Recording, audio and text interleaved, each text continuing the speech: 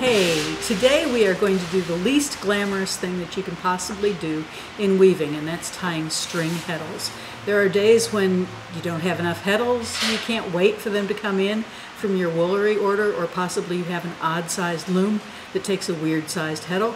There are a lot of things to do to fix it, but the easiest, fastest, and cheapest way by far is with what's called a Heddle Jig. This is a Heddle Jig. It looks like a 2x4, and in another life I'm sure it was just a 2x4, but now it's a Heddle Jig. I've driven 4 nails in here with careful spacing with a ruler, just like the heddles on my loom, and this nail defines the top of the heddle, these 2 nails define the eye of the heddle, and this nail defines the bottom of the heddle.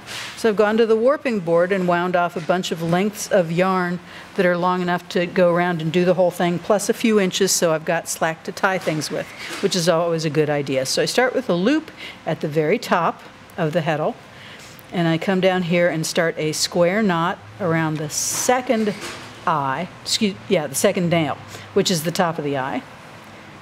Finish the square knot, and then I tie another square knot around the third nail, which defines the bottom of the eye.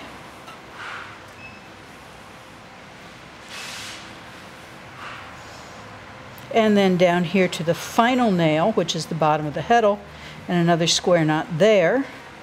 And it doesn't take too long, and you have a repair heddle tied in, just like that, to use on your loom.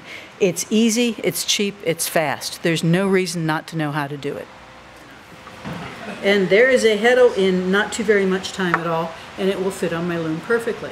So if you have to tie a whole bunch of repair heddles, if you made a massive mistake, none of us ever do that, and need a whole bunch of heddles, this is it. You tie it, you pound nails and tie up a bunch of string heddles and solve all your problems that way. That easy.